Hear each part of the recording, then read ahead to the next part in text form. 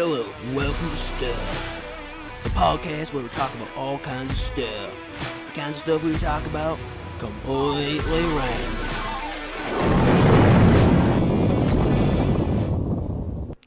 Hello, and welcome to the first episode of Stuff. I'm your host, Andy, and today I'll be joined by my pet rock, Rocky, to talk about video games. But before we start, Rocky, I'd like to ask you, what is your favorite video game?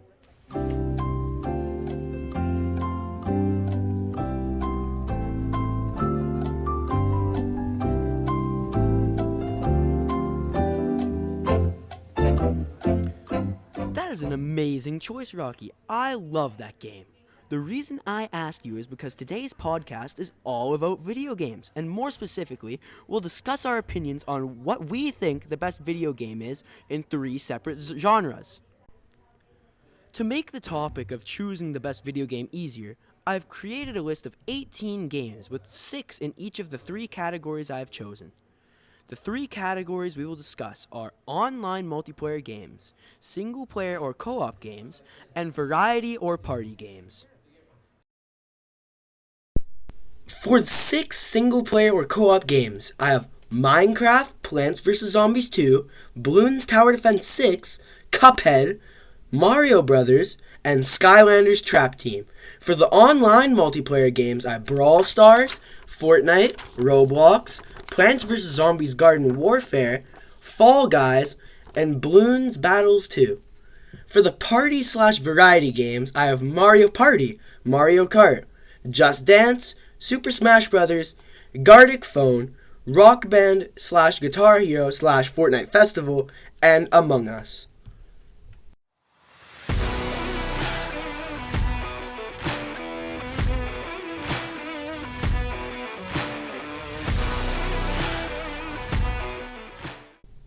Alright, to start, I'll review each of the games in the single-player co-op category. I'm going to start with the most controversial game on this list, Minecraft.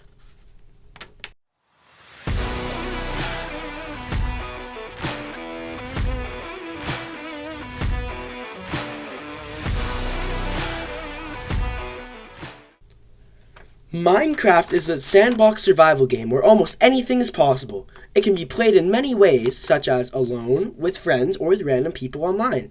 This multiplayer capability is why Minecraft is the most controversial game on the section of the list, because, it's single-player/co-op. To complete Minecraft, you must kill the Ender Dragon, which resides in the End Dimension. To get there, you must craft Eyes of Ender to light the portal that leads to the end. If you want to learn more about Minecraft, I suggest watching a playthrough of the game or videos that supposedly tell the story of Minecraft, as the progression of the game is completely controlled by the player and the story is partially unknown. One of the reasons why Minecraft could be the best game is the freedom of progression that I mentioned previously. Another reason is that there's no limit to what you can build in Minecraft, and you get access to many materials and colors to build whatever the hell you're building. Another reason why Minecraft could be the best is that there's also a large community in Minecraft that creates mods that change the game entirely. But in this review, my focus is on the unmodded game. Some of the disadvantages of Minecraft include that it can get stale pretty quickly, as the unmodded or vanilla game doesn't get updates regularly. Another disadvantage is how grindy the completion of Minecraft can be for inexperienced players, as the completion of the sandbox game requires many items that are scattered all over the dimensions of Minecraft. Also, inexperienced players will have trouble progressing toward defeating the Ender Dragon. In the end, though, I like Minecraft as a game, and will give it a solid 8 out of 10.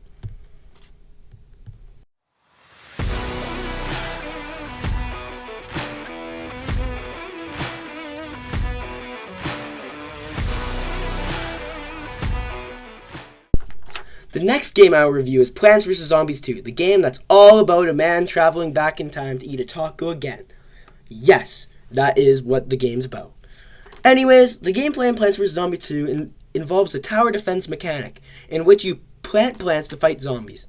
The advantages of this game are the variety in both enemies, being the zombies, and allies, being the plants, which keep the game fresh. Another advantage is that even though the game is over 10 years old, it still gets updates that add new plants and zombies as well as limited time events. The only disadvantage of Plants vs. Zombies 2 is that it was released at a time when PopCap, the original Plants vs. Zombies creators, were going bankrupt. So they got bailed out by the big company called EA, and they're pretty damn greedy. So many of the plants in the game cost real world money, which made what could have been an amazing game much worse than it could have been. But in the end, I have a soft spot for this game, as I played it on and off for most of the game's lifespan so far, and this connection to the game is what allows me to give it an 8 out of 10, which ties it for first. But if I didn't care so deeply for this game, the rating would have been lower. But it's my rating, and I can do whatever I want. So, you! And now for our sponsor. Have you ever wondered what having a monster would be like? Well, my friends at Store & Co. have you covered with their brand new, cheap 4-4 Beta Variety monster. He is the best monster on the market and is the only self-sustaining monster that costs $50 and has all of these amazing qualities. For a couple of examples, he's extremely intelligent, scary, friendly, and also helpful. Also, for an added bonus, he has a goofy name, Joffrey III. Joffrey is very intelligent, if not the most intelligent monster anyone has ever seen, with a whopping IQ of 1 million. Joffrey isn't just book smart either, he's also a better attorney than Saul Goodman, the former greatest attorney of all time. He's also so smart that he can weasel his way up to the top of pyramid schemes and get rich off of other legitimate businesses. He's also smart enough to cook Gordon Ramsay quality dishes and often has battles with other good chefs like the Swedish chef to see who can make the best meals. He will also bring you whatever he made due to him not needing to eat anything. Joffrey is also very scary. Why? He cheats at cards. Not scary enough for you? Okay, well, had to tell you something. He also likes to hide in vents. Oh, you're still not scared of him? Oh, well, guess what happens when he jumps out of these vents? He makes this horrible scream as if you scared him and chases you down the halls of your house or anywhere else you may find him. But, you know, you can always use this to your advantage if you want to, but thankfully when he catches you, he only wants to give you the food that he made. And the food is always wrapped up tidily in a paper bag, and it looks like it's been sitting out for a while, but like, it looks good enough, so you still eat all of it, but only because you're scared of what will happen to you if you don't. Once you start eating, you can't stop, because you know, Joffrey's watching. He always is. Anyway, let's get to move on with this sales pitch and get to my next point, how friendly he is. Joffrey is the friendliest, most loyal monster I've ever known. The reason being, he knows who's in charge of him. That being you! Also, of course, at Store & Co. And no, they aren't going to do anything with him. They just need to make sure your Joffrey doesn't go out of control. Joffrey is also the most helpful monster anyone has ever seen. He can help with anything from homework to financial issues. How? All those pyramid schemes and other illegal activities, of course. He has a seemingly infinite amount of money. And no, it's not in crypto or stocks or even a bank account. Joffrey has stacks of cold, hard cash, and it's all at your disposal. So, get your own Joffrey today. Call 1-800-485-CALL or visit their website at storeandco.store today. Act fast, because if you purchase your very own Joffrey in the next 38 seconds, you'll get another 4-4 Beta Variety friendly, smart, friendly Joffrey for free. Yes, absolutely free. Just call 1-800-485-CALL or visit at storeandco.store for this amazing offer. Regularly scheduled program.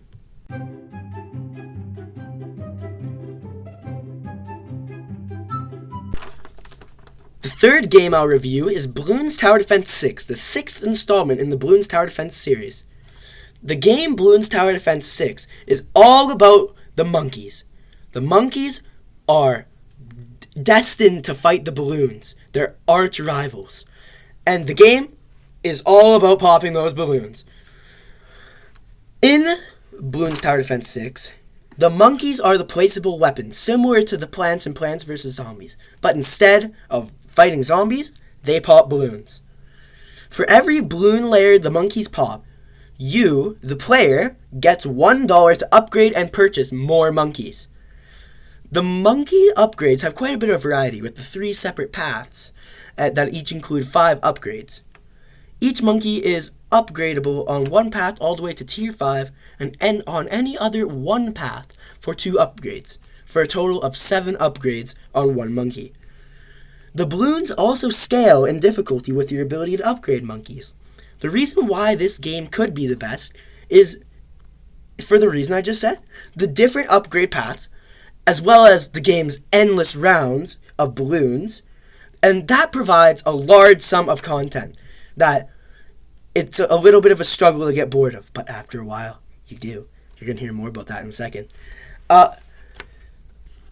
Another reason it could be the best is that the game often adds new hero monkeys, which are monkeys that you can only place one of, and they upgrade on the map, as well as other things like boss battles, events, and other new infinitely placeable monkeys. The only thing that puts this game down is the repetitiveness of the game after you play it through to round 100 a few times. And this is only because the strategy goes out the window, because if you play the game in the right way, you get basically infinite money, and it gets a lot less fun. And you basically just wait until you lose. So, for that reason, this game gets a 7 out of 10.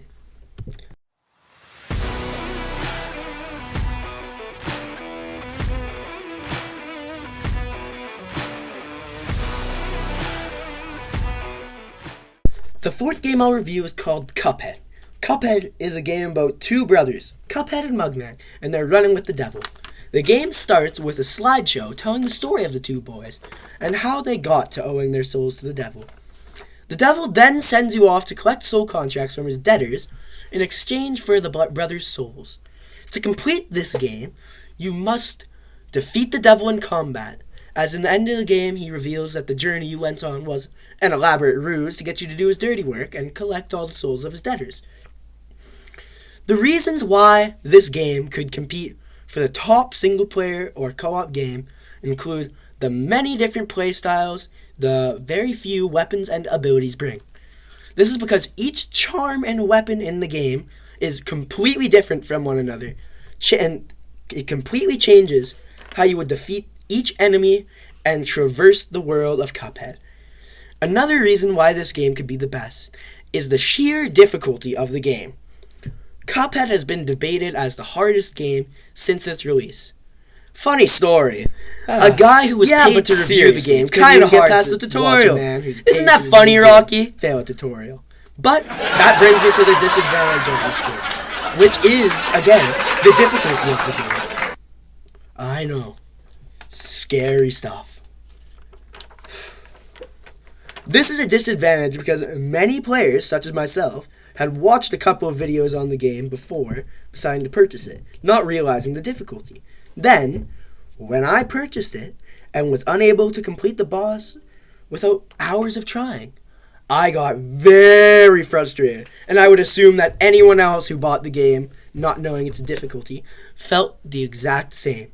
But the game gets very enjoyable once you've practiced up and have mastered the movement of the game. So, this game gets an 8.5 out of 10.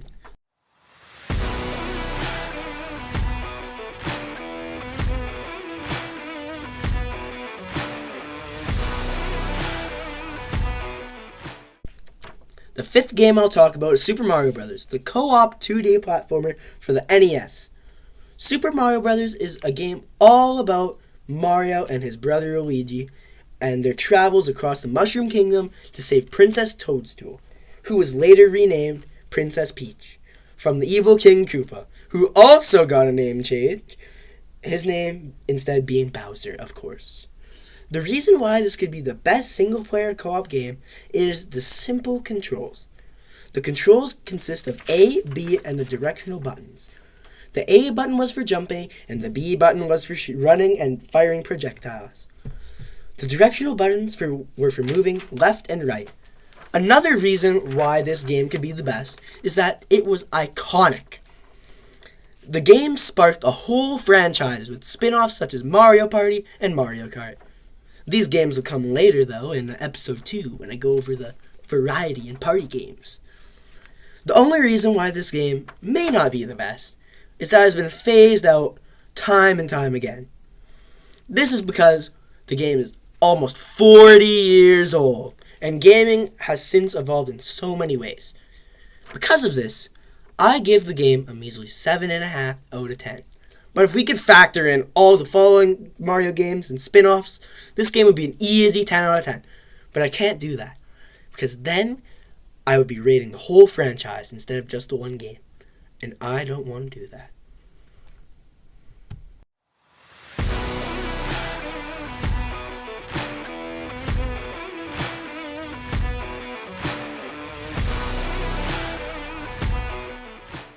The sixth and final game we will discuss today is Skylanders Trap Team, the fourth installment of the Skylanders series.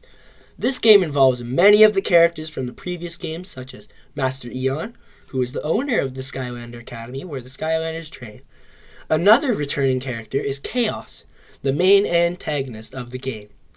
The game can be played with either 1 or 2 people. The game's story is all about how the villains of the Skylander world escape prison, and how you, the player, need to send them back. The reasons why this game can be the best include the large variety of characters you can play as. This brings many different unique characters to the game, and each one has many upgrades to unlock. Another advantage this game has is that, in my opinion, it is the best Skylanders game. I believe this as the idea of capturing villains and being able to use them as heroes has been done before, but I have never seen it done as well as this game does it. The reason why this game does it best is that in other games, when you unlock the villain is very weak and nowhere near as powerful as when you fought them. But instead, in Skylanders Trap Team, the villains are almost as powerful as when you fought them. But to balance this out, in the game, the time you can play as them is limited. And when the time runs out, you switch back to the character you're playing as. But you can just wait a moment, and then you can play as the villain again, which has a major advantage because they're so good in this game. But the only major disadvantage of this game is that to unlock each character, or each Skylander, you need to buy a figurine. This is the gimmick of the Skylanders franchise. The little figurines, yeah. The only issue with this is that each character costed about $8, but that's not a big deal. Also, the game came out 10 years ago, and the only way you can buy them now is through resale, and some of the prices shot up, some of them went down. Also, you know how you got to get to play as those villains?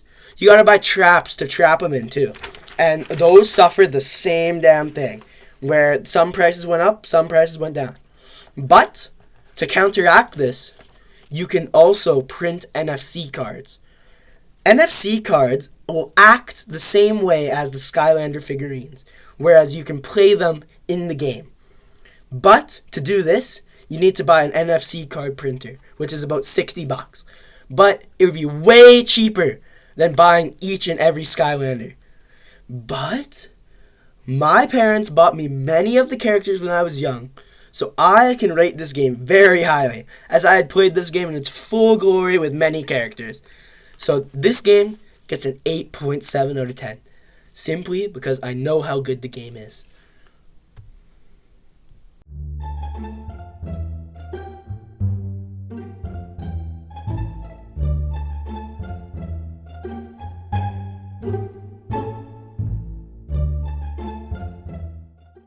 Well, Rocky, we sure went on a long journey talking about video games, but we only got through a third of the list, so I'm gonna have to bring you back again next time. I know you really hate it here, Rocky, but you're stuck here until someone picks you up and throws you somewhere else, so you might as well stick around. But in the end, we found out that Skylanders Trap Team is the best single-player / co-op game, as it got the highest score out of the games we picked and is therefore the best. Also, the game, as we have decided, had the most unique mechanic, which was the use of villains as heroes, which also gave the game the ability to beat its competitors. Anyways, join us next time when we discuss what the best online multiplayer game is, as well as what the best variety game is. And with that, so long, we'll see you next time.